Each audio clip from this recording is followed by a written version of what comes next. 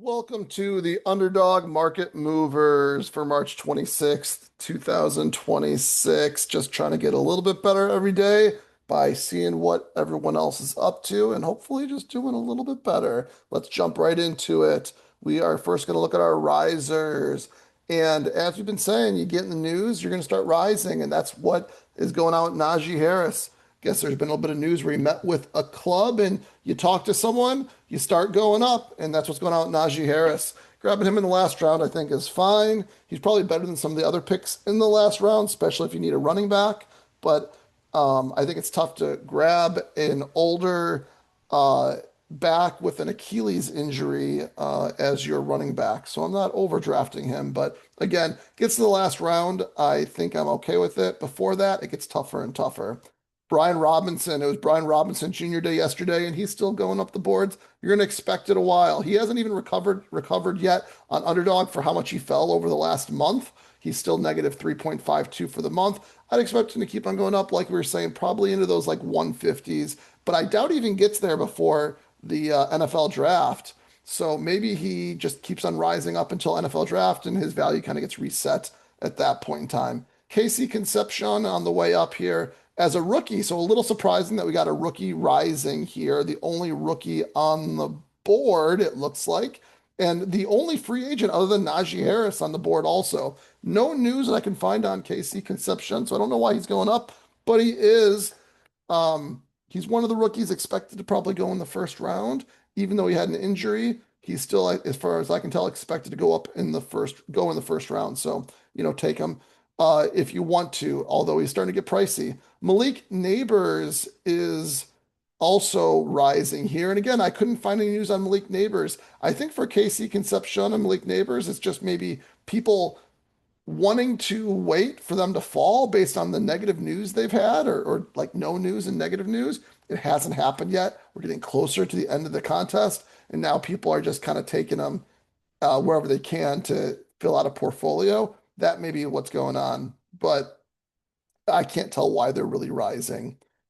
We got David Montgomery, and we also have DJ Moore on here. As we had mentioned previously, it was the last chance on Underdog for these players, and they're making the rising list again, and I expect them to continue making the rising list. I've heard more and more people mention David Montgomery is like their favorite click on the board, and I don't know if I'm that far into it as far as favorite click on the board. He is the Houston running back, and Houston has a lot of problems with like their offensive line, as far as I know. So I'm not like super excited about him, but when he was, going even later than this, he was more exciting. Now every single day he gets a little less exciting. I don't have much of him just because I just haven't been in a draft where he fell to where I felt comfortable grabbing him. That being said, I think if you want to make sure you have a portfolio, I'd be kind of nibbling him now. Like I was saying before he rises more and he gets more expensive, because you already kind of missed the worst of it with him as far as like his lowest ADP possible. Now it's just going to continue to rise and rise. Jordan James made the list. We'd mentioned Jordan James hadn't made the list the other day when Brian Robinson was rising, but we expected Jordan James to make the list, and here he is. He is up for the entire month. You can see it's up 0.65. So he was slowly dropping down people's boards. I think the reason he was probably dropping just a little bit was because Brian Robinson hadn't signed anywhere yet. So there was a good chance he just stayed in San Francisco. He's not there. So most likely Jordan James is the backup for San Francisco now. And uh, Jordan James doesn't have draft capital, but he does have a potential spot on a team. And the number two running back on San Francisco is probably a valuable role considering who their number one is and considering that San Francisco has had a pretty good offense over the last couple of years. So tacking him on the end of your team instead of one of the rookie running backs, I think kind of makes sense if you ask me. Think about it like this isn't a one for one because Blake Corum had better draft capital last year, but think about it last year. You get Blake Corum at the very end of the draft, or you could grab one of the rookies at the end of the draft, and Blake Corum paid out a lot more. Now it's like I could get is it Adam Randall, I think it is, as a rookie running back, or I could get Jordan James as my year two running back. I think maybe Jordan James is a better click than someone like an Adam Randall, if you ask me. Um, but I could be wrong with that one, but I think he's definitely a click, especially on like San Francisco teams or teams where you're you have other teams in that division, so some a bring back correlation right now. DJ Moore still rising up the boards, and he's still a good pick, I think, if you especially if you have Josh Allen, but he's starting to get kind of pricey on here. Super pricey on DK, but he's starting to get pricey on here also. You can see here that Josh Allen is no longer, these are risers. We'll have to look at the values later on and see if Josh Allen and DJ Moore still make the list as values on Underdog.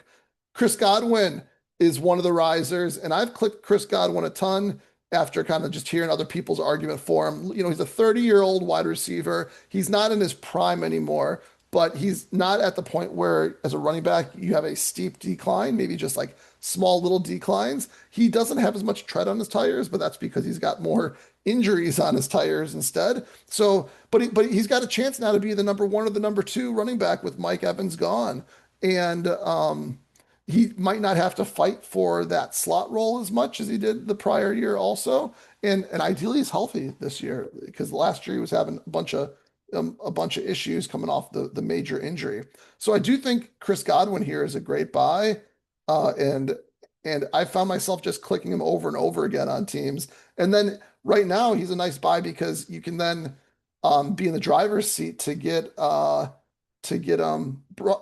Brock Baker Mayfield a lot of times once you get Chris Godwin on your team because you drafted him late, you know where the other Buccaneers are, and you know if you'll have first dibs or not on a Baker Mayfield.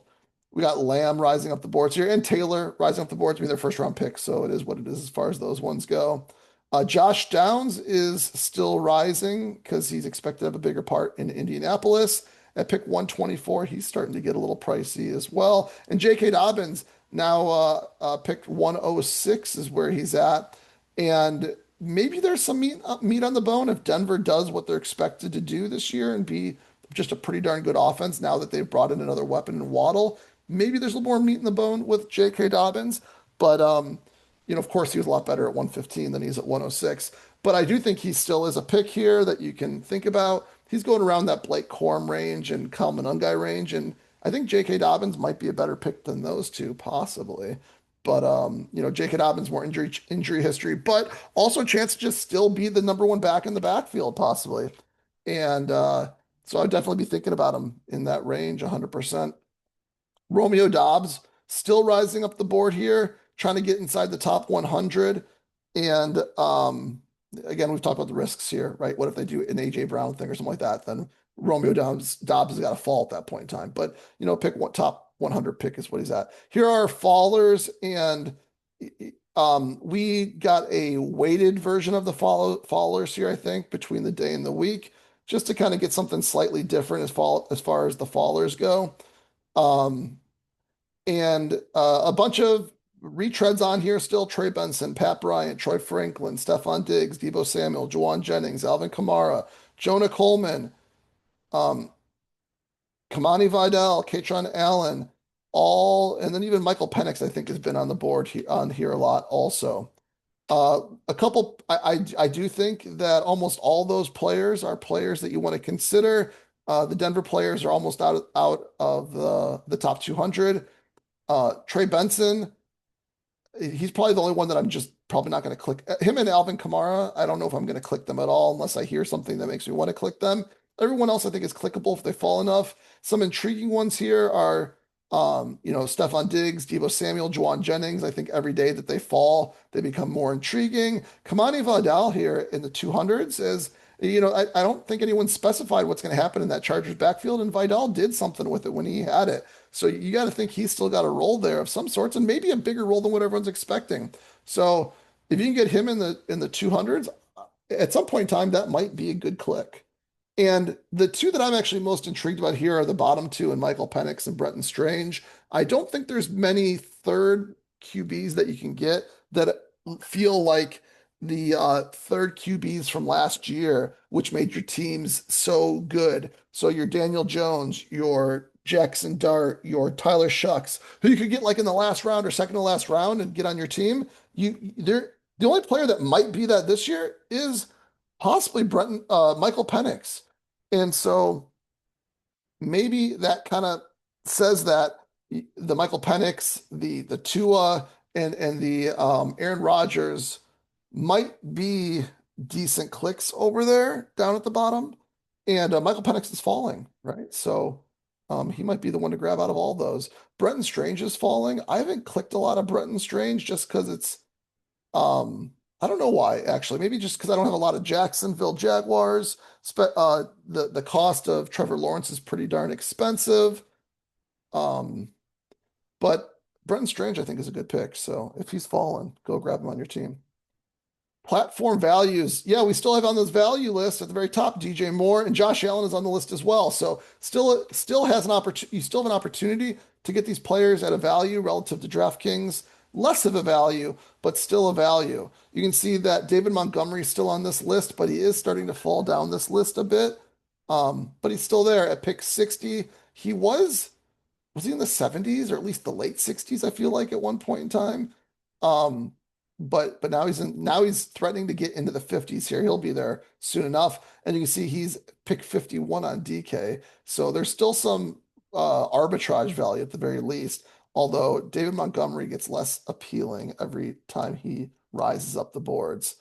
Um, Kenneth Walker has been kind of a mainstay here on Underdog. Surprised he hasn't fallen, like risen even more, like to the 1-2 turn. But he's kind of stayed still on these platforms, and maybe it's more instead of the 1-2 turn, it's right after the 1-2 turn type of thing.